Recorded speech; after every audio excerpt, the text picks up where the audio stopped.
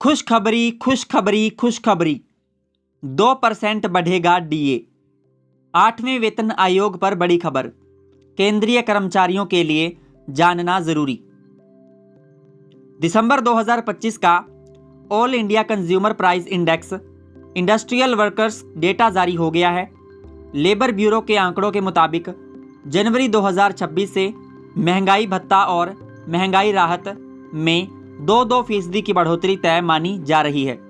अभी केंद्रीय कर्मचारियों को 58% डीए मिल रहा है, जो बढ़कर 60% हो सकता है।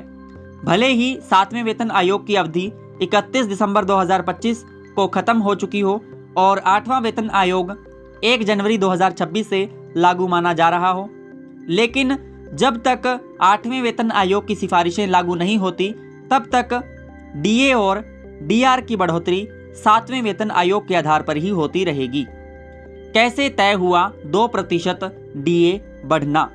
लेबर ब्यूरो के अनुसार दिसंबर 2025 में एआईसीपीआई आईडब्ल्यू इंडेक्स 148.2 पर स्थिर रहा, जो नवंबर 2025 के बराबर है।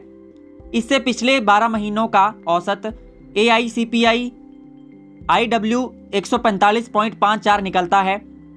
डीए की गणना एक तय फॉर्मूले से होती है, जिसमें 12 महीने के औसत एआईसीपीआई आईडब्ल्यू को 2001 बेस ईयर से जोड़ा जाता है। इसके लिए 2016 बेस ईयर के आंकड़ों को 2.88 के फैक्टर से गुणा किया जाता है। गणना के बाद डीए करीब 60.33% बैठता है, लेकिन सरकार हमेशा राउंड फिगर लेती है, इसलिए इसे 60% माना जाएगा। यानी मौजूदा 58% डीए के मुकाबले इसमें 2% की बढ़ोतरी तय मानी जा रही है। डीए क्या है और कब कब बढ़ता है, जानिए। महंगाई भत्ता यानी डीए सरकारी कर्मचारियों और पेंशनर्स को बढ़ती महंगाई से राहत देने के लिए दिया जाता है। यह सीधे बेसिक सैलरी पर मिलता है, इसलिए डीए बढ़ते ही कुल सैलरी अपने आप बढ़ जाती है। केंद्र सरकार साल में 2 बार जनवरी और जुलाई में डीए बढ़ाती है।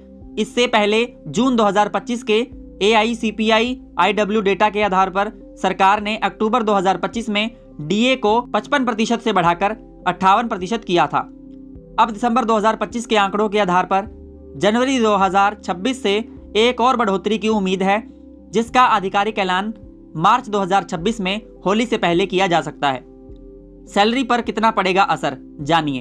अगर डीए 58% से बढ़ाकर 60% हो जाता है तो इसका सीधा फायदा कर्मचारियों की जेब पर पड़ेगा। मान लीजिए किसी कर्मचारी की बेसिक सैलरी 20,000 रुपये है, तो 2% डीए बढ़ने से उसकी सैलरी में करीब 400 रुपये महीने का इजाफा होगा। वहीं 50,000 बेसिक पर यह बढ़ोतरी करीब 1,000 रुपये और 1 लाख बेसिक सैलरी पर करीब 2,000 रुपये महीने की होगी।